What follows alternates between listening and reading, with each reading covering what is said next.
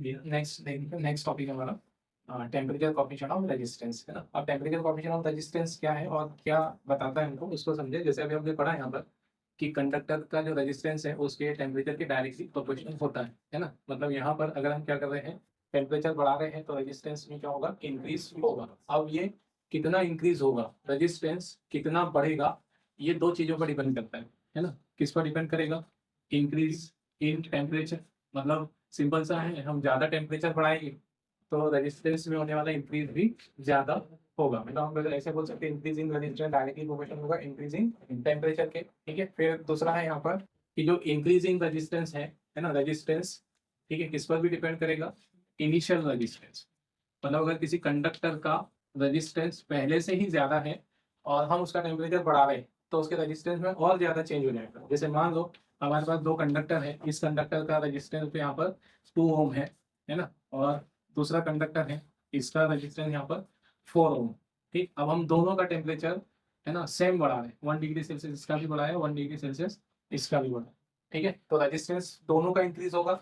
ठीक है, तो ज्यादा किसका इंक्रीज हो जाएगा, टेम्परेचर तो हमने दोनों का सेम बढ़ाया है ना। तो कॉन्सेप्ट के अकॉर्डिंग यहाँ पर रेजिस्टेंस में इंक्रीमेंट दोनों का अलग अलग होगा। किसका ज्यादा होगा, तो हमने यहाँ लिखा है कि इनिशियल रेजिस्टेंस पर डिपेंड करता है डायरेक्टली प्रोपोर्शनल। मतलब जिसका इनिशियल रेजिस्टेंस ज्यादा है उसके रेजिस्टेंस में होने वाला इंक्रीमेंट भी ज्यादा होगा। तो इसका रेजिस्टेंस है ना, इसके रेजिस्टेंस में इंक्रीज कैसा होगा, ज्यादा होगा इस वाले कंडक्टर की रिस्पेक्ट में। अगर मान लो इसका रेजिस्टेंस 1 ओम बढ़ रहा है ना, इसके रेजिस्टेंस में 1 ओम का इंक्रीज है तो इसके रेजिस्टेंस में 1 ओम से ज्यादा इंक्रीज होगा ऐसा। ठीक है, ठीक। तो नेक्स्ट जो यहाँ पर है ना, क्या समझ में आया हमको कि इंक्रीज इन रेजिस्टेंस दो फैक्टर्स पर डिपेंड करेगा। अब यहाँ पर ठीक है, हमने अभी तक थ्योरेटिकल बात की कि रेजिस्टेंस टेम्परेचर बढ़ाने पर क्या बढ़ेगा, रेजिस्टेंस बढ़ेगा। कितना बढ़ेगा, कितने टेम्परेचर पर रेजिस्टेंस कितना हो जाएगा। मतलब अब एग्जैक्टली हमको देखना है कि एग्जैक्टली कितने टेम्परेचर पे कितना रेजिस्टेंस होगा, है ना। तो वो अब हमको किससे पता चलता है, नेक्स्ट टॉपिक जो है हमारा टेम्परेचर कोएफिशिएंट ऑफ रेजिस्टेंस। मतलब टेम्परेचर कोएफिशिएंट ऑफ रेजिस्टेंस हमको क्या पता चलेगा कि टेम्परेचर बढ़ाने पर रेजिस्टेंस में कितना चेंज हो जाएगा, है ना। एग्जैक्टली हमको उससे कैलकुलेशन आ जाता है। ठीक है, तो पहले हम इसको फॉर्मूला बनाएंगे फिर डेफिनेशन देखेंगे। ठीक है, तो फॉर्मूला हम बना लेते हैं, डेफिनेशन अपने आप आ जाएगी। ठीक, तो क्या मान लिया हमने, लेट एट इक्वल कंडक्टर। मतलब किसी कंडक्टर के लिए हमने कंसीडर कर लिया एट इनिशियल रेजिस्टेंस। ठीक है, किसी कंडक्टर के लिए initial resistance at 0 degree Celsius temperature. ठीक है, 0 डिग्री सेल्सियस टेम्परेचर पे हमने उसका रेजिस्टेंस कोई ना कोई वैल्यू होगी, उसको हमने किससे इंडिकेट कर दिया, आर नॉट से या आर जीरो से। ठीक है, फिर हम उसका टेम्परेचर मतलब बढ़ा रहे हैं, है ना, और टेम्परेचर बढ़ाने पर उसका रेजिस्टेंस फाइनल रेजिस्टेंस बोल रहे हैं। तो final resistance at T degree Celsius temperature. ठीक है, मतलब हमने टेम्परेचर ऑफ टी डिग्री कर दिया, तो इसमें जो भी रेजिस्टेंस हुआ होगा हमने उसको किससे इंडिकेट कर दिया, आर टी से। ठीक है, अब यहाँ पर इंक्रीज इन रेजिस्टेंस कितना हुआ है या इंक्रीज इन टेम्परेचर कितना हुआ है, इंक्रीज इन टेम्परेचर कितना बढ़ा है हमने टेम्परेचर, टी जीरो है ना, तो क्या आ जाएगा टी माइनस जीरो, है ना, तो कितने ही आएगा टी डिग्री सेल्सियस।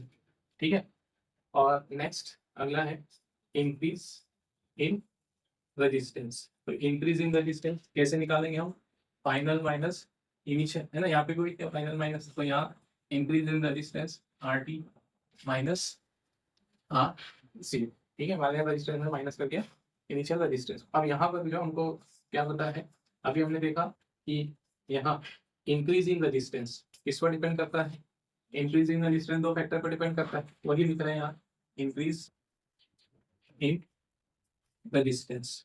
ठीक है, increase in resistance directly proportional है किसके, इनिशियल रेजिस्टेंस की। ठीक है, तो फिर इसको सिंबॉलिक फॉर्म में लिख रहे हैं, increase in resistance r t minus r zero directly proportional किसके, इनिशियल रेजिस्टेंस आर जीरो के, है ना। फिर नेक्स्ट दूसरा फैक्टर क्या है, इंक्रीज इन रेजिस्टेंस। ठीक है, increase in resistance directly proportional है किसके, इंक्रीज इन टेम्परेचर।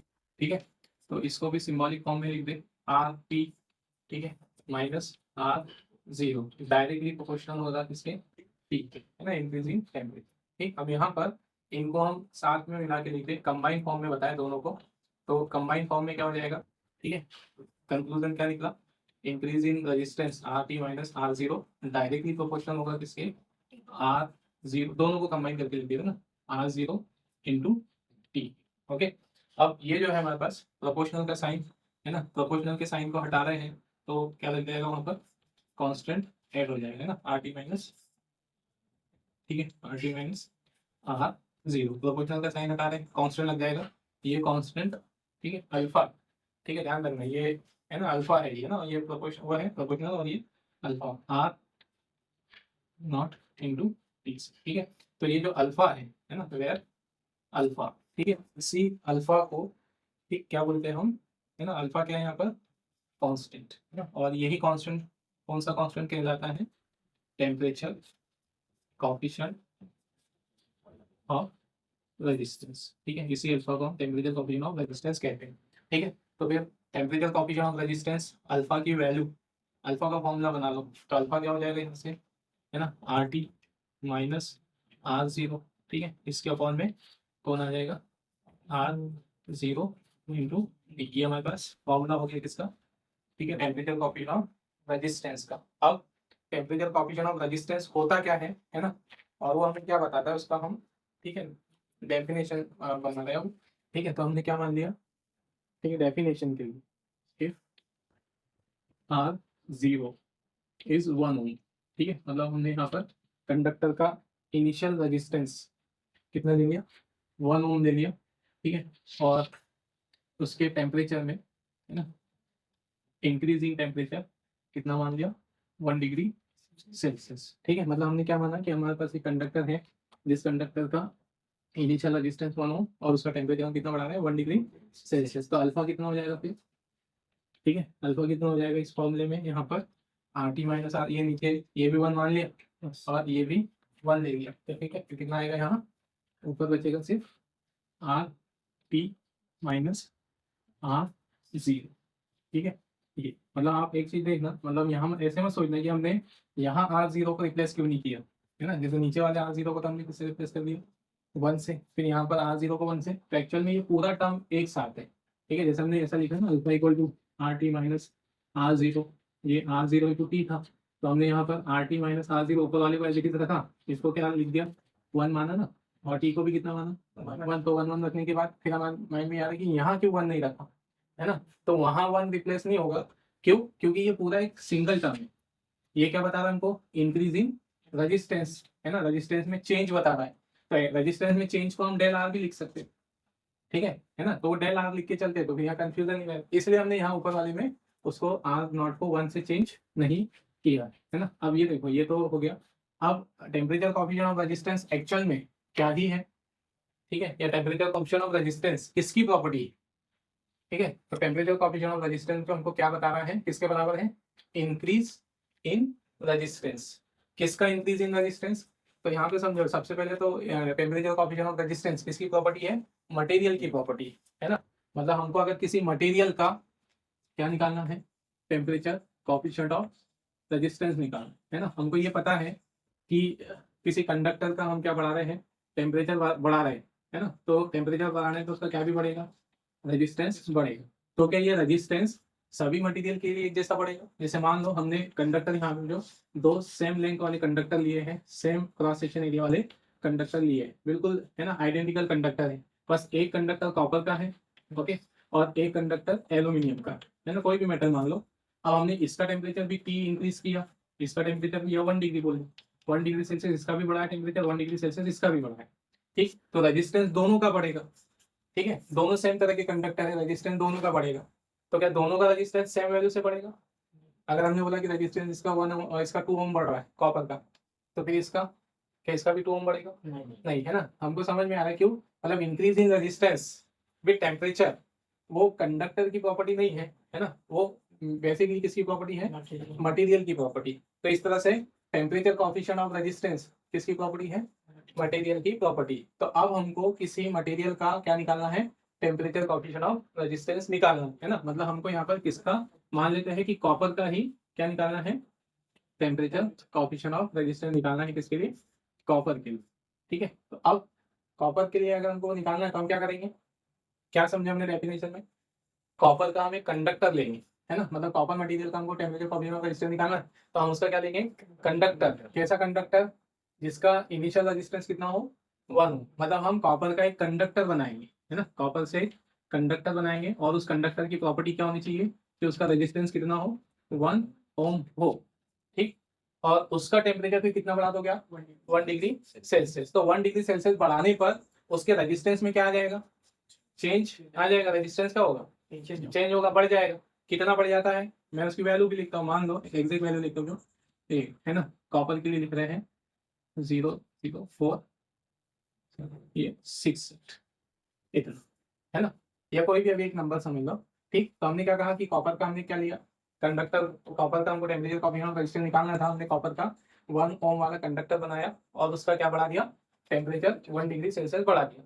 और क्या निकाला फिर उसके रेजिस्टेंस में क्या फाइंड किया, इंक्रीज रेजिस्टेंस उसका कितना बढ़ गया ये निकाला हमने, है ना। तो ये इंक्रीज इन रेजिस्टेंस है, रेजिस्टेंस जितना बढ़ा वही तो उसका क्या कहलाएगा, टेम्परेचर कोएफिशिएंट ऑफ रेजिस्टेंस। तो कॉपर का टेम्परेचर कोएफिशिएंट ऑफ रेजिस्टेंस कितना आ गया, जितना रेजिस्टेंस बढ़ा वही ना, कितना बढ़ा हमने अभी बोला, ये ओम में बढ़ेगा, है ना, ओम में बढ़ेगा ना। तो हम क्या बोलेंगे, कॉपर का टेम्परेचर कोएफिशिएंट ऑफ रेजिस्टेंस कितना हो गया, 0.068 ऐसा। तो क्या समझ में आपको, डेफिनेशन में तो हम लिख लेंगे, प्रैक्टिकल बात क्या समझ में आई। अगर मैंने आपको कोई मटेरियल दे दिया, मैंने बोला कि इस मटेरियल का आप टेम्परेचर कोएफिशिएंट ऑफ रेजिस्टेंस निकाल कर लाओ, है ना, एल्यूमिनियम दे दिया, कुछ दे दिया, आप क्या करोगे, उस मटेरियल का क्या बनाओगे, कंडक्टर, मतलब कंडक्टर बनाएंगे, मतलब उसका कंडक्टर कट कर लेंगे। कैसा कंडक्टर लोगे, कैसा कंडक्टर लोगे कि उसका उसका रेजिस्टेंस कितना हो, 1 हो, और उस कंडक्टर का फिर क्या बढ़ा दोगे, टेम्परेचर कितना बढ़ा दोगे, 1 डिग्री सेल्सियस। फिर रेजिस्टेंस को माप लोगे, तो जो रेजिस्टेंस में इंक्रीमेंट हुआ है, रेजिस्टेंस जो बड़ा है वही क्या मिल जाएगा हमको, टेम्परेचर कोएफिशिएंट। ऐसे तो temperature coefficient of resistance of a material, है ना, temperature coefficient of temperature coefficient of resistance, पहले पूरा नाम तो बोलो, क्या है, temperature coefficient of resistance of a material किसके बराबर है, किसके बराबर है, इंक्रीज इन रेजिस्टेंस, रेजिस्टेंस में होने वाली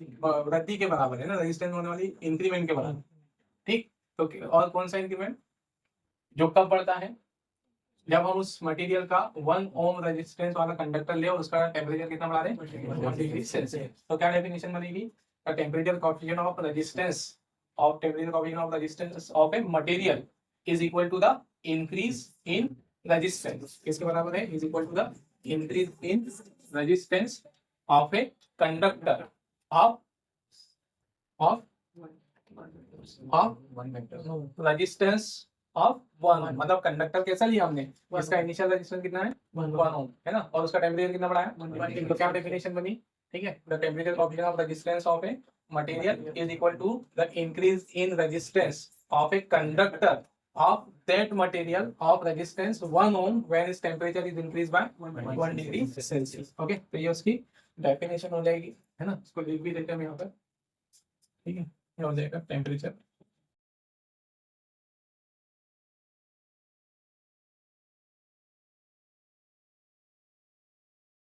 ओके। तो ये होगी इसकी डेफिनेशन, फिर उसका फॉर्मूला भी लिख दे देंगे। तो फॉर्मूला क्या बन जाएगा, इसी को वर्ड में बना दे, ठीक है, क्या जाएगा, अल्फा क्या है, टेम्परेचर कोएफिशिएंट ऑफ रेजिस्टेंस, ठीक है, इक्वल टू क्या होगा, r t minus r zero, ये क्या है, इंक्रीज इन रेजिस्टेंस, है ना, इंक्रीज इन रेजिस्टेंस, और ठीक है, ये आर जीरो क्या है, इनिशियल रेजिस्टेंस ना, आर जीरो है इनिशियल रेजिस्टेंस, और टी जो है इंक्रीजिंग टेम्परेचर, ठीक है, इंक्रीजिंग टेम्परेचर, ठीक। तो ये उसका मैथमेटिकल फॉर्मूला, ओके, तो ये उसकी डेफिनेशन, ठीक। और भी इसके मतलब ये न्यूमेरिकल की पर्पज से, है ना, इम्पोर्टेंट है, इस पे न्यूमेरिकल पूछता है ना, और जैसे इसके हम कुछ एग्जांपल भी लिख दे, टेम्परेचर कोएफिशिएंट ऑफ रेजिस्टेंस, है ना, इसकी यूनिट भी देख लेते हैं, ठीक। तो इसकी यूनिट क्या जाएगी, ऐसा यूनिट, ठीक है, देखो फॉर्मूला क्या है उसका, अल्फा, है ना, ये इंक्रीजिंग रेजिस्टेंस डेल आर लिख रहा हूँ अभी, है ना, और इनिशियल रेजिस्टेंस इनटू में टेम्परेचर, है ना। तो यहाँ पर इसका यूनिट भी 1 ओम, इंक्रीजिंग रेजिस्टेंस है ना, तो ओम है, ये भी ओम है, इसकी यूनिट भी ओम, ओम से ओम कैंसिल हो जाएगा, इसकी यूनिट ऐसा सिस्टम में बताया ना। तो टेम्परेचर है, टेम्परेचर की ऐसा यूनिट क्या है, केल्विन है ना। तो क्या बचेगी सिर्फ यूनिट 1/, ठीक है, ये सब कैंसिल हो जाएगा, 1/डिग्री केल्विन, ठीक है ऐसा। या फिर इसको क्या भी लिखते हैं, पर या केल्विन इनवर्स या पर केल्विन, ओके। और ये तो इसकी ऐसा यूनिट, फिर हम इसको जनरल यूनिट ऐसा यूनिट और बहुत कम यूज़ करते हैं। हम इसकी जनरल यूनिट क्या यूज़ करते हैं, टेम्परेचर को हम जनरली किस में मेजर करते हैं, डिग्री सेल्सियस में मेजर करते हैं। तो डिग्री सेल्सियस में इसकी यूनिट हो जाएगी 1/डिग्री सेल्सियस या डिग्री सेल्सियस इनवर्स, ठीक है, और पर डिग्री सेल्सियस, ठीक है ऐसा। इसका मतलब क्या होगा, ठीक है, मतलब कुछ एग्जांपल भी लिख देते हैं हम यहाँ पे, ठीक है। जैसे यहाँ पर है ना, सिल्वर कॉपर इनके लिए लिख देते हैं, और सिल्वर, ठीक है। तो सिल्वर के लिए जो अल्फा जो है वो कितना होता है, ये होता है 0.041, ठीक है। तो आप सिल्वर के लिए लिख रहे हैं, ठीक, डिग्री सेल्सियस। अब पूरी यूनिट क्या रहेगी उसमें, ओम डिग्री पर डिग्री सेल्सियस। ओम नहीं भी लगाए तो अंडरस्टूड ही है वो, ठीक है ना। इसका मतलब क्या होगा, ठीक है, कि सिल्वर के कंडक्टर का, है ना, सिल्वर का कंडक्टर है, उसका टेम्परेचर कितना बढ़ा है, 1 डिग्री सेल्सियस। तो उसका टेम्परेचर, सॉरी इनका उसका रजिस्टेंस, इनिशियल रजिस्टेंस का कितना टाइम बढ़ जाएगा, इतना टाइम्स, मतलब इतने टाइम्स वो इंक्रीज हो जाएगा, ठीक है। तो यहाँ पर ये होगा, फिर है ना, किसके लिए लिख देते हैं, कॉपर, है ना, जो अच्छे कंडक्टर है उनके लिए लिख देते हैं। कॉपर के लिए 0.0068 डिग्री सेल्सियस, ये केल्विन में होगा, है ना, ये तो सेल्सियस वाली वैल्यू है। और एल्यूमिनियम, है ना, तो एल्यूमिनियम के लिए अल्फा है 0.0043, ठीक है, डिग्री सेल्सियस, इतना, ठीक है, ये रहेगा, है ना। और ठीक, तो ये है हमारे पास। तो जैसे किसके लिए लिख दे, है ना, कुछ एग्जांपल और लिख देते हैं हम। और जर्मेनियम, ठीक है, जर्मेनियम के लिए ये होता है माइनस, ध्यान रखना जर्मेनियम सेमीकंडक्टर है, और इसके लिए है ना इतना नहीं, पर डिग्री सेल्सियस, है ना। और एक लिख देते हैं फॉर सिलिकॉन, है ना, सिलिकॉन के लिए अल्फा जो है 0.07 डिग्री सेल्सियस, ऐसा होता है, ठीक है। मतलब क्या, इस बात पे फोकस करो, ऊपर मेटल के नाम लिखे, मेटल के लिए साइन क्या है, पॉजिटिव, है ना, अभी बताओ उसका मतलब। और ये सेमीकंडक्टर है, सेमीकंडक्टर के लिए इसका साइन माइनस, नेगेटिव, मतलब सेमीकंडक्टर के लिए टेम्परेचर कोएफिशिएंट ऑफ रेजिस्टेंस काय में आता है, नेगेटिव में आता है। नेगेटिव का मतलब टेम्परेचर डिक्रीज हो, है ना। अभी हम इसको समझते हैं और सभी के लिए, ठीक है।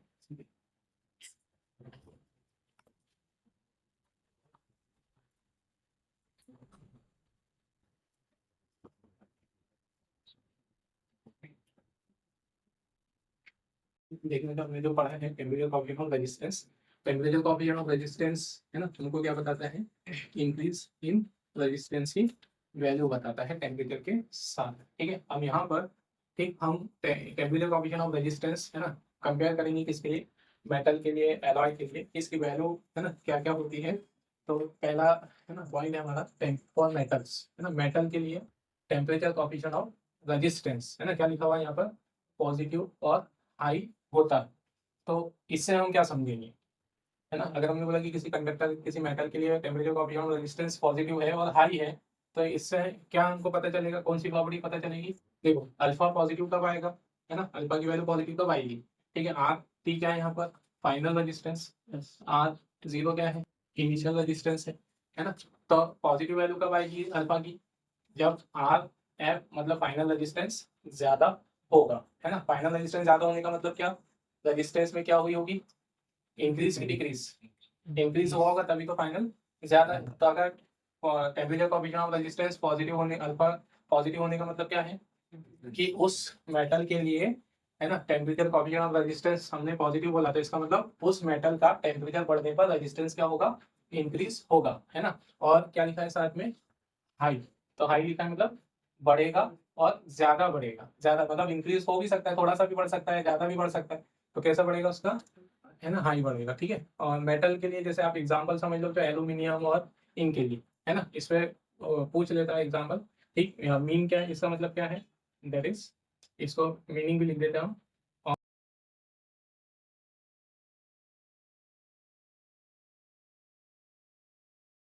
इंक्रीज होगा रिलेटिवली। फिर दूसरा बोल देते हैं, है ना, मेटल के लिए हो गया, इस पे ऑब्जेक्टिव बना देता है ना, ऐसे ऑब्जेक्टिव बना देता है for copper, temperature coefficient of resistance is, क्या छोड़ देगा यहाँ पे, पॉजिटिव होगा या नेगेटिव होगा। तो हमेशा से याद रखो, टेम्परेचर मेटल के लिए रेजिस्टेंस क्या ही होता है, बढ़ता ही है ना, मेटल का रेजिस्टेंस क्या होगा, टेम्परेचर के साथ बढ़ेगा, रेजिस्टेंस बढ़ेगा तो फिर पॉजिटिव, मतलब भले आप इसमें कंफ्यूज हो जाओगे कि पॉजिटिव था कि नेगेटिव था, ऐसे मत याद रखो कि अल्फा पॉजिटिव था या नेगेटिव था, ऐसे मत याद रखो। हमको ये तो मालूम है ना कि मेटल का टेम्परेचर बढ़ने पर रेजिस्टेंस क्या होगा, बढ़ेगा ना, और बढ़ने का मतलब क्या, पॉजिटिव। तो आप ऐसे भी याद रख लो उसको, तो इसमें ऑब्जेक्टिव बना देता है वो, ठीक है, फिल इन द ब्लैंक्स में, ठीक, ये सब ऑब्जेक्टिव ही निकलेंगे इसमें से।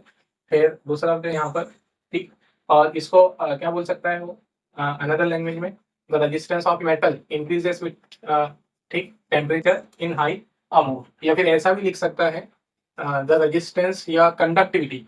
तो कंडक्टिविटी क्या होगी, अगर रेजिस्टेंस बढ़ रहा है तो कंडक्टिविटी क्या होगी, कंडक्टेंस कम होगा ना। तो इसी को अदर लैंग्वेज में ऑब्जेक्टिव में देना ना, तो अदर उसको अपोजिट करके बोल देगा, क्या बोल देगा, कंडक्टिविटी ऑफ मेटल इज, तो फिर यहाँ पर क्या आ जाएगा, डिक्रीजेस, है ना, विद इंक्रीज इन टेम्परेचर, है ना, इंक्रीज भी लिख दो यहाँ पे, ठीक है, ऐसा। ओके, फिर नेक्स्ट किसके लिए है, फॉर मेटल, अब दूसरा है फॉर एलॉय, है ना, एलॉय के लिए। और एलॉय मतलब जैसे एलॉय तो बहुत सारी होती है जो, ठीक है, हम एग्जांपल के लिए जो हमारे सिलेबस में है ना, जिनका वो है टर्म्स है, मैग्नाइट, ठीक है, कॉन्स्टेंटन और, ठीक है, यूरेका, ठीक है, ऐसे मतलब, है ना। एलॉय तो बहुत सारी होती है, हमारे सिलेबस के अकॉर्डिंग हमने जो नाम आते हैं हमारे सिलेबस में जो रिलेटेड है वो नाम लिखे, जैसे मैग्नाइट हो गया, कॉन्स्टेंटन हो गया, यूरेका, है ना, इनके लिए, ठीक है। तो इनके लिए पहले लिख देते हैं कंक्लूजन, क्या हो जाएगा, फॉर एलॉय, नहीं लिख देते हैं, temperature coefficient, temperature coefficient of resistance is, temperature coefficient of resistance is positive, ठीक है। इनके लिए भी कैसा रहेगा, पॉजिटिव रहेगा एंड लो रहेगा, ठीक है। पॉजिटिव और लो का मतलब, पॉजिटिव का मतलब तो समझ में, इनको पॉजिटिव मतलब क्या होगा कि इनका रेजिस्टेंस भी क्या होगा, टेम्परेचर बढ़ाने के साथ बढ़ेगा, इंक्रीज होगा, लेकिन कैसे अमाउंट में, लो, मतलब बहुत ही, है ना, लो, रेजिस्टेंस बढ़ेगा तो सही, लेकिन बहुत कम, हम उसको नेग्लिजिबल बोल सकते हैं, लगभग ऐसा बोल सकते हैं कि ज्यादा कोई चेंज नहीं होगा, है ना। फिर इस पर से एक क्वेश्चन भी बनता है यहाँ पर, तो हम आगे डिस्कस करेंगे ना, मतलब एलॉय की, जैसे मैग्नाइन, कॉन्स्टेंटन और यूरेका, इन वायर की क्या प्रॉपर्टी है, इनकी क्या प्रॉपर्टी है, एलॉय है, इनकी क्या प्रॉपर्टी है कि इनका temperature coefficient of resistance positive होता है और लो होता है। तो पॉजिटिव और लो, तो यहाँ से हमको ये तो समझ में आ गया कि टेम्परेचर के साथ इनके रेजिस्टेंस में होने वाला चेंज कैसा होगा, बहुत कम होगा, बहुत लो होगा, या नेग्लिजिबल बोल सकते हो, है ना। और इनकी रेजिस्टिविटी कैसी होती है, इनकी रेजिस्टिविटी बहुत हाई होती है ना, मतलब रेजिस्टेंस इनका मेटल की रिस्पेक्ट में ज्यादा होगा, हम नाम ऊपर लिखे ना, जैसे कॉपर, एल्यूमिनियम, ये कैसे है, कंडक्टर्स है, ये अच्छे कंडक्टर है, इनकी रेजिस्टिविटी क्या होती है, कम होती है। उनको छोड़कर जितने भी नाम आप सुनोगे, कॉपर जो अपन ने कल नाम लिखे थे, उन सबकी, है ना, मतलब इंसुलेटर, इन सब एलॉय, इनकी रेजिस्टिविटी कैसी होती है, हाई होती है। तो अभी मैंने एक प्रॉपर्टी बोली, क्या प्रॉपर्टी बोली कि मैग्नाइन की, दो बातें बता रहा हूँ आपको मैग्नाइन की, क्या, मैग्नाइन का क्या, स्पेसिफिक रेजिस्टिविटी और टेम्परेचर कोएफिशिएंट क्या रहेगा। अभी ये क्यों याद रखने को बताओ, इसमें से 2 मार्क्स का क्वेश्चन बनता है ना, वो आगे डिस्कस करेंगे अभी, ठीक है। तो क्या बनता है यहाँ पर, है ना, तो लो क्या, मैग्नाइन या कॉन्स्टेंटन या यूरेका के लिए ये रेजिस्टिविटी क्या होती है, रेजिस्टिविटी कैसी होती है, वेरी बहुत ज्यादा होती है, मतलब बहुत ज्यादा रेजिस्टेंस होता है इनका, रेजिस्टेंस मतलब रेजिस्टिविटी, ठीक। दूसरा, अल्फा कैसा होता है इनके लिए, बहुत ही लो। अल्फा लो होने का मतलब क्या, कि इनका टेम्परेचर अगर अपन बहुत ज्यादा बढ़ाते भी चले तो उनके रेजिस्टेंस में होने वाला चेंज बहुत ही कम होगा, है ना। जैसे एग्जांपल के लिए थोड़ा सा और अच्छे से समझने के लिए हमने बोला कि हमारे पास कॉपर है ना, मतलब मेटल है, कोई कोई एक मेटल का नाम बोल देते हैं समझने के लिए, मेटल, कॉपर, ठीक है। इसका अगर हम टेम्परेचर 1 डिग्री से, है ना, कितना 1 डिग्री सेल्सियस से लेकर 10 डिग्री सेल्सियस बढ़ा दें, ठीक है, तो इसका रेजिस्टेंस क्या होगा, है ना, इसका रेजिस्टेंस में जो इंक्रीमेंट होगा वो बहुत ज्यादा हो जाएगा। जैसे मान लो 10 ओम बढ़ जाएगा, समझने के लिए मैंने 10 ओम बोल रहा है ना, अच्छी बड़ी वैल्यू बढ़ जाएगी, रेजिस्टेंस की ज्यादा वैल्यू हो जाएगी। अब किसके लिए, एलॉय के लिए, है ना, एलॉय के लिए अगर हम टेम्परेचर बहुत ज्यादा भी बढ़ाते हैं, मतलब 1 डिग्री सेल्सियस से लेकर 100 डिग्री सेल्सियस तक भी चले जाए, मतलब बहुत वाइड रेंज, बड़ी रेंज तक भी क्या बढ़ाते जाए हम, टेम्परेचर बढ़ाते जाए, तो उसके रेजिस्टेंस में होने वाला चेंज ज्यादा नहीं आएगा, तो लगभग वन, है ना, मतलब बहुत पॉइंट्स में बढ़ेगा उसका टेम्परेचर, ऐसे 0.1 ओम बढ़ेगा, है ना। और बढ़ेगा भी तो फिर जैसे यहाँ पर के एक कंडक्टर का कैसे बढ़ेगा, मेटल का कैसे बढ़ेगा, 1 पर थोड़ा सा बढ़ गया, 2 पे थोड़ा सा और, मतलब इसमें हमको चेंज दिखाई देगा, किसमें, मेटल के रेजिस्टेंस में, है ना। जैसे 1 डिग्री के साथ कितना बढ़ गया, 0.2 बढ़ेगा, है ना। 2 डिग्री सेल्सियस बढ़ाया हमने तो कितना बढ़ गया, 0.4 बढ़ गया, मतलब चेंज यहाँ पर क्या है, दिखाई दे रहा है, हर हर टेम्परेचर के साथ चेंज होते जा रहा है ना। लेकिन अगर हम किसकी बात करें, एलॉय की, तो एलॉय का टेम्परेचर कैसा होगा, जैसे 1 डिग्री पर, ठीक है, क्या है, अगर बढ़ गया मान लो तो बहुत कम बढ़ेगा, है ना, ऐसे मान लेते बहुत कम बढ़, ठीक, तो 2 डिग्री सेल्सियस पे कितना होगा, नहीं, 2 डिग्री सेल्सियस पे लगभग नो चेंज आएगा, मतलब वैसी की वैसी है ना। फिर ऐसे करते करते हम 100 तक पहुंच गए, तब जाके इसमें थोड़ा सा वेरिएशन आएगा, मतलब एक वाइड रेंज ऑफ टेम्परेचर, मतलब टेम्परेचर की एक बड़ी रेंज में इसकी वैल्यू कैसी बनी रहेगी, कांस्टेंट बनी रहेगी, मतलब जल्दी जल्दी वेरिएशन नहीं आता है, जल्दी जल्दी चेंज नहीं आता है, किसके लिए, एलॉय के लिए। एलॉय का क्या, temperature coefficient of, sorry, alloy की रेजिस्टिविटी, है ना, क्या होगी, रेजिस्टिविटी मतलब हाई होती है, और उसमें अगर चेंज होगा टेम्परेचर के साथ तो बहुत बड़ी रेंज में थोड़ा सा ही क्या होगा, चेंज होगा, लगभग वो कांस्टेंट बने रहेगा, ठीक। और कंडक्टर में, मेटल में क्या होगा, चेंज ज्यादा भी होगा, और थोड़े से टेम्परेचर के साथ चेंज ज्यादा बढ़ते भी जाएगा, है ना। तो हमने क्या बोला कि एलॉय के लिए टेम्परेचर कोफिशिएंट या क्या होता है, स्पेसिफिक रेजिस्टिविटी कैसी होगी, वेरी हाई रहेगी, और एक वाइड रेंज ऑफ टेम्परेचर तक, है ना, क्या होगी, वाइड रेंज ऑफ टेम्परेचर तक इसकी वैल्यू कैसी बनी रहेगी, कांस्टेंट बनी रहेगी, ठीक है, मतलब इसका रेजिस्टेंस जल्दी चेंज नहीं होगा, ठीक है। अब नेक्स्ट अगला है यहाँ पे किसके लिए लिखा हमने, एलॉय के लिए, एलॉय के मैग्नाइट कांस्टेंट इनके लिए कैसा होगा, पॉजिटिव, और ठीक है, इसका मतलब क्या हुआ, दैट इज, ठीक, ऑन,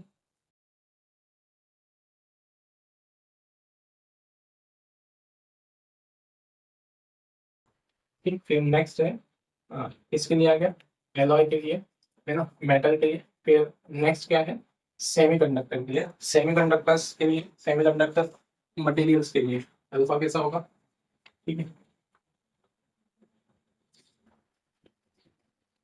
और सेमीकंडक्टर्स, अभी मैंने इसका एग्जांपल लिखा भी था, क्या था, सेमीकंडक्टर जैसे नाम भी लिख देते तो, है ना, जर्मेनियम और सिलिकॉन, है ना। वैसे तो बहुत सारे सेमीकंडक्टर ही नेचुरल सेमीकंडक्टर, तो सेमीकंडक्टर के लिए अल्फा कैसा होता है, अभी लिखा था ना मैंने, न्यूमेरिकल वैल्यू लिखी थी यहाँ पे, तो क्या था यहाँ पे, क्या लिखा था, वैल्यू मतलब साइन बताना है, पॉजिटिव नेगेटिव था, क्या था, है ना, नेगेटिव था फॉर सेमीकंडक्टर्स, मतलब सेमीकंडक्टर मटेरियल्स के लिए, ठीक, टेम्परेचर कोएफिशिएंट ऑफ रेजिस्टेंस, ठीक, इज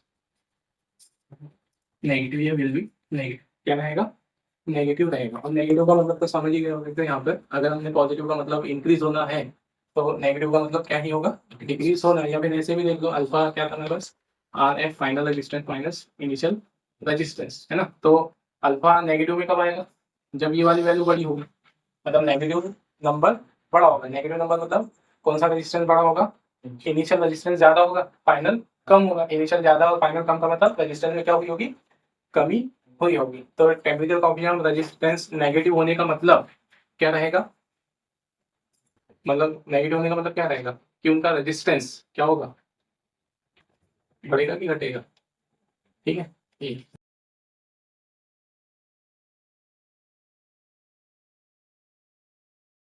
तो क्या बोल सकते हो कि सेमीकंडक्टर का टेम्परेचर बढ़ने पर रेजिस्टेंस क्या होगा, डिक्रीज होगा। रेजिस्टेंस डिक्रीज होगा मतलब वो अच्छे कंडक्टर बनेंगे, मतलब उसमें करंट क्या होगी, ज्यादा फ्लो होने लगेगी टेम्परेचर बढ़ने पे। तो यहाँ उसको क्या बोल सकते हैं, कंडक्टिविटी क्या होगी, रेजिस्टिविटी डिक्रीज हो रही है या रेजिस्टेंस डिक्रीज हो रहा है, तो कंडक्टिविटी क्या होगी, इंक्रीज होगी, है ना। तो इसको उस लैंग्वेज में भी हम लिख देते हैं,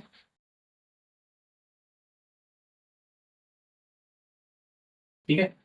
मतलब ठीक, ये जो हमने लिखा है ये ऑब्जेक्टिव है, मतलब ये तीनों जो लैंग्वेज लिखी है, ये किसी न किसी तरह से या तो इस लैंग्वेज में या तो इस लैंग्वेज में या इस लैंग्वेज में वो ऑब्जेक्टिव बनाता है ना। फिर नेक्स्ट एक और है ना, फोर्थ, ठीक है। इसी तरह से एक चीज है, हमारे पास एक मटेरियल और है, ठीक है, किसके लिए, है ना, एक इलेक्ट्रोलाइट। इलेक्ट्रोलाइट के लिए भी सेम इफेक्ट होता है। इलेक्ट्रोलाइट का क्या होगा, टेम्परेचर बढ़ाने पर उनका रेजिस्टेंस भी क्या होगा, कम होगा। ध्यान रखना है ना, टेम्परेचर हमेशा ऐसे मत सोचना कि टेम्परेचर के साथ रेजिस्टेंस बढ़ेगा। रेजिस्टेंस सिर्फ किसका बढ़ेगा, मेटल का और एलॉय का बढ़ेगा, और सबसे ज्यादा किसका बढ़ेगा, मेटल का। एलॉय का बढ़ेगा भी तो बहुत कम बढ़ेगा, है ना। और मेटल हो गया, एलॉय हो गया, फिर किसकी बात हो गई, सेमीकंडक्टर। सेमीकंडक्टर के लिए अफेक्ट कैसा होता है, उल्टा अफेक्ट होगा मुझे ना, मतलब इंक्रीज होगा यहाँ, सॉरी क्या होगा, रेजिस्टेंस डिक्रीज। और ऐसा ही सेम इफेक्ट किसके लिए होगा, इलेक्ट्रोलाइट के लिए। तो वो भी क्वेश्चन पूछा जाता है ऑब्जेक्टिव में, on increasing the temperature the resistance of electrolyte क्या होगा। इलेक्ट्रोलाइट अभी हम पढ़ेंगे सेल वाले चैप्टर में आएगा वो, फिर भी अभी याद ही रखना है, इससे इसमें याद हो जाएगा। तो क्या हो जाएगा, इलेक्ट्रोलाइट का टेम्परेचर बढ़ाने पर रेजिस्टेंस क्या होगा, डिक्रीज होगा। मतलब सेम इफेक्ट किसके लिए, जैसे हमको याद है किसके लिए, वैसा ही सेम इफेक्ट किसके लिए, इलेक्ट्रोलाइट के लिए ना। तो आपको क्वेश्चन मतलब उससे तैयार हो जाएंगे ऑब्जेक्टिव के लिए। फिर किसके लिए, फॉर इंसुलेटर, ठीक है। इंसुलेटर के लिए क्या हो सकता है, इंसुलेटर मतलब जैसे रबर, ठीक है, वुड, ठीक, प्लास्टिक, क्या होगा कि इनका टेम्परेचर बढ़ाने पे इनकी कंडक्टिविटी, इससे कोई इफेक्ट पड़ेगा, ये क्योंकि हम ये चीजें देखते हैं, प्लास्टिक क्या कंडक्टर बन जाएगा, है ना, कुछ नहीं होगा।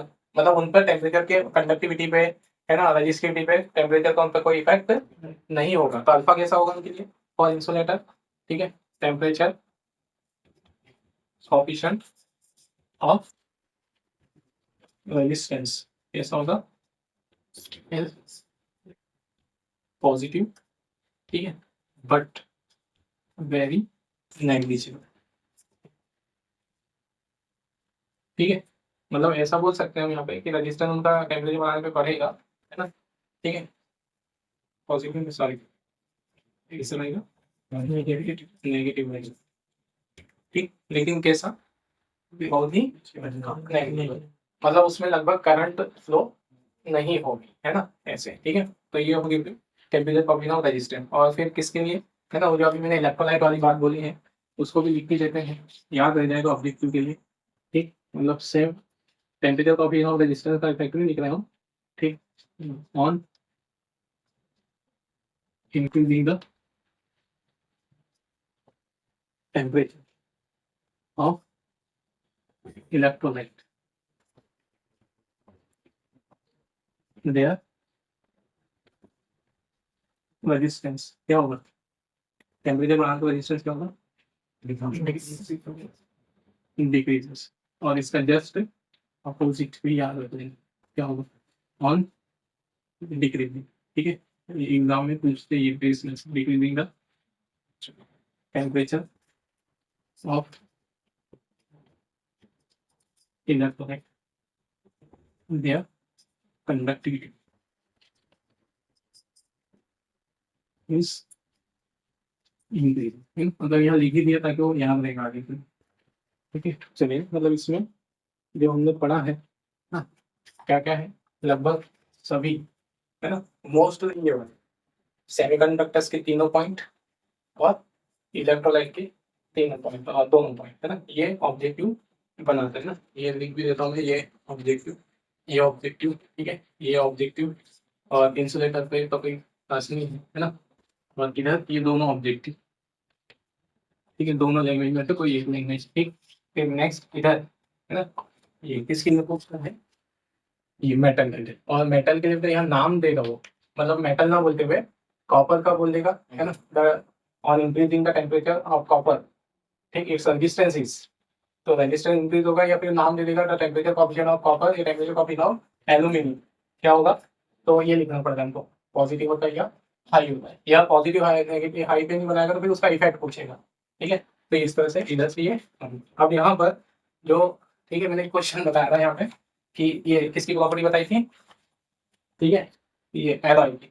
एलॉय के लिए दो बातें बताई, क्या बताई? रेजिस्टिविटी बताई थी और अल्फा, है ना, क्या होता है अल्फा तो लिखाइए। अल्फा कैसा होता है उनके लिए? पॉजिटिव और लो होता है। इसका मतलब क्या हुआ? एलॉय का टेम्परेचर अगर अपन बढ़ाते भी है तो उसके रेजिस्टेंस में ज़्यादा चेंज नहीं आएगा, लगभग रेजिस्टेंस उसका कैसे ही बना रहेगा, कांस्टेंट बना रहेगा, है ना। तो फिर इस पर एक क्वेश्चन बनता है, जैसे हम प्रैक्टिकल में, ठीक है, लैब में कुछ रेजिस्टेंस यूज करते हैं। ठीक है, मैंने उस दिन आपको बताया भी था कि हम इलेक्ट्रिक सर्किट में, है ना, हमको रेजिस्टेंस अप्लाई करना हो, रेजिस्टेंस अप्लाई करना तो हमारे पास क्या होते हैं, जैसे रेजिस्टेंस डिवाइसेस बनी होती है ना, और किस तरह से उस पर 2 ओम 3 ओम ऐसी वैल्यूज होती है। तो इस तरह से ये हमारे स्टैंडर्ड रेजिस्टेंस कहलाते हैं। ठीक है, मतलब प्रैक्टिकल में या हम एक्सपेरिमेंट कोई कर रहे हैं तो एक्सपेरिमेंट में हमको ऐसे, है ना, रेजिस्टेंस लगाने पड़ते हैं। कितने तरीके के रेजिस्टेंस होते हैं?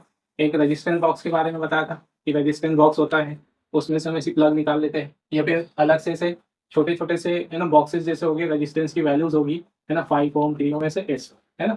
तो इनको बोला जाता है स्टैंडर्ड रेजिस्टेंस, मतलब इनकी वैल्यू फिक्स होती है, जैसे कोई 2 ओम का है, कोई 5 ओम का है। तो ये जो रेजिस्टेंस है ये बनाए कैसे जाते हैं, है ना, ये रेजिस्टेंस जो ये एलॉय मैग्नाइन कॉन्स्टेंटन इनके ही बनाए जाते हैं। मतलब जैसे आप लैब में एक एक्सपेरिमेंट के लिए आओगे, है ना, तो वहां पर आपको एक छोटे से ब्लैक से जैसा इससे जैसा दिखेगा बॉक्स जैसा, और उसमें ऊपर से 2 टर्मिनल लगे रहेंगे, है ना, और अंदर से भी जब आप ये बॉक्स को, छोटी सी डिब्बी रहती है उसको जब हम खोलेंगे तो यहाँ पर क्या रहता है, इसमें ऐसी कॉइल रहती है छोटी सी। ठीक है, मतलब ये 2 ओम का, अगर ये बॉक्स लिखा हुआ है कि ये 2 ओम का है या 5 ओम का है, ठीक है, तो ये 5 ओम का उसमें क्या रहता है, ये छोटा सा वायर रहता है। वो वायर की रेजिस्टेंस की वैल्यू कितनी होती है?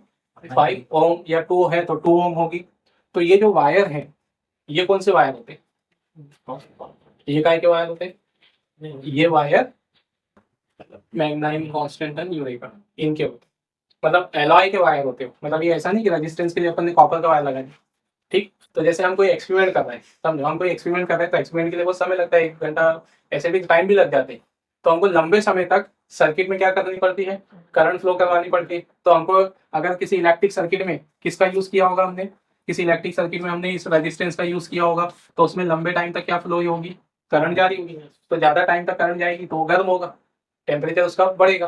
अब टेम्परेचर बढ़ेगा, अब हमने तो इसको कितनी वैल्यू समझ के लगाया है, 5 ओम की ना, क्योंकि हमको वहाँ कितने रेजिस्टेंस की जरूरत थी सर्किट में, 5 ओम की जरूरत थी, उसमें 5 ओम लिखा था, हमने लगा दिया। तो जब तक हमारा एक्सपेरिमेंट खत्म नहीं होता उसके रेजिस्टेंस की वैल्यू कितनी होनी चाहिए, तभी हमारे पूरे रिजल्ट, कंक्लूजन, ऑब्जर्वेशन सही आएगी। अगर इसकी वैल्यू 5 ओम से कम ज्यादा हो जाती तो हम तो कैलकुलेशन में कितनी ही लेके चलेंगे, 5 ओम, लेकिन इसकी वैल्यू 5 ओम से ज्यादा बढ़ गई तो हमारे रिजल्ट हमको सही नहीं मिलेगी। तो क्या समझे हमको यहाँ पे कि ये जो हम स्टैंडर्ड रेजिस्टेंस यूज कर रहे हैं, स्टैंडर्ड रेजिस्टेंस की प्रॉपर्टी क्या होनी चाहिए कि कई टाइम तक भी, है ना, इसके रेजिस्टेंस में कोई चेंज नहीं होना चाहिए। भले इसका टेम्परेचर चेंज होता भी हो, कई टाइम तक इसमें करंट जाती भी हो, तो इसका रेजिस्टेंस कैसा ही होना चाहिए, कांस्टेंट होना ही चाहिए।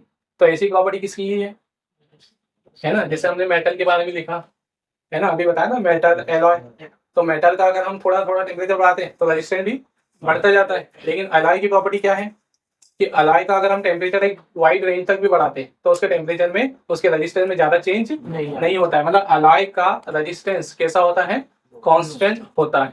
कैसा होता है, कांस्टेंट होता है। मतलब जैसे मान लो ये अलाय का होगा, अगर ये अलाय का होता तो अगर अपन इसका यूज बहुत समय तक भी करते तो इसका टेम्परेचर, इसका रेजिस्टेंस कितना ही बना रहता, 5 ओम ही रहता ना, चेंज नहीं होता। तो हमको यहाँ ऐसा ही मटेरियल चाहिए कि जिसको, है ना, बहुत लंबे रेंज तक टेम्परेचर बढ़ने तक या चेंज होने तक भी उसके रेजिस्टेंस में कोई चेंज नहीं हो। तो ऐसी प्रॉपर्टी किस में पाई जाती है, एलॉय में पाई जाती है। और दूसरा, जैसे 5 ओम का जो वायर है ना, हम चाहेंगे कि जैसे 5 ओम का रेजिस्टेंस लगाना है, ऐसे 5 ओम क्या, जब हमको ऐसे 1000 ओम भी लगाने पड़ते हैं। प्रैक्टिकल लैब में आप देखोगे, जब अपन यहाँ लैब में प्रैक्टिकल करेंगे तो एक छोटे से, इतनी सी डिब्बी में, है ना, एक छोटे से डिवाइस में जैसे 1000 ओम भी होता है। तो 1000 ओम के लिए फिर इतना बड़ा वो लगाएंगे वायर, हम तो फिर उसके लिए बहुत जगह लगेगी। तो हम क्या चाहेंगे कि 1000 ओम रजिस्टर हमको छोटे से स्पेस में या छोटे से तार में मिल जाए। नहीं तो 1000 ओम के लिए हम क्या बहुत बड़ा तार लेना पड़ेगा हमको। तो फिर हम क्या चाहेंगे कि हमको ऐसा मेटल चाहिए कि जिसकी छोटी सी ही लेंथ में ज्यादा से ज्यादा क्या मिल जाए, रेजिस्टेंस मिल जाए। मतलब अगर कम रेजिस्टेंस वाला होगा, जैसे कॉपर का वायर है, इसका रेजिस्टेंस क्या होता है, बहुत कम होता है। तो हमको अगर 1000 ओम का वायर चाहिए होगा कॉपर का, ठीक, तो हमको बहुत बड़ा क्या लेना पड़ेगा, कॉपर का वायर लेना पड़ेगा। तो रेजिस्टेंस बहुत बड़ा बनेगा, डिवाइस बहुत बड़ी हो जाएगी, तो फिर हमारे लिए थोड़ी इनकन्वीनियंस रहेगी। तो हम क्या चाहेंगे कि इतनी सी जगह में, छोटी सी जगह में हमको 1000 ओम रेजिस्टेंस भी मिल जाए, और ऐसा कब मतलब छोटे से वायर में हमको ज्यादा रेजिस्टेंस मिल जाए। तो फिर ऐसी प्रॉपर्टी किसकी ही है, एलॉय की। मतलब उसकी रजिस्टिविटी क्या होती है, हाई होती है। तो छोटा सा वायर भी लेंगे तो हाई रेजिस्टेंस वो मिल जाएगा, और ज्यादा रेंज ऑफ टेम्परेचर चेंज होने तक भी उसका रेजिस्टेंस कैसा बना रहेगा, कांस्टेंट बना रहेगा। तो अब इसमें से क्वेश्चन क्या बनता है, क्वेश्चन ये बनता है कि why is the standard resistance coil. मतलब स्टैंडर्ड रेजिस्टेंस की कॉइल जो है वो किसकी बनी होती है, एलॉय की बनाई जाती है, क्यों।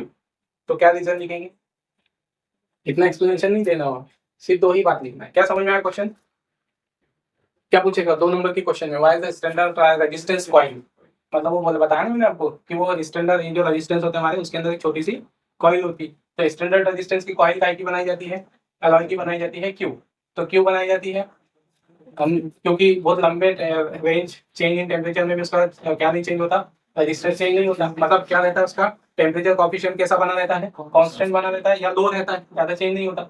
और दूसरा छोटे से लाइन पर ज्यादा रेजिस्टेंस मिल जाता है। मतलब क्या ज्यादा रहती है, रेजिस्टिविटी हाई रहती है। तो 2 चीजों लिखोगे, alpha temperature coefficient of resistance कैसा रहेगा, लो, और रेजिस्टिविटी कैसी होगी, हाई। तो ये रीजन लिख देंगे, व्हाई इज द स्टैंडर्ड, ठीक है, resistance coil are made of alloy.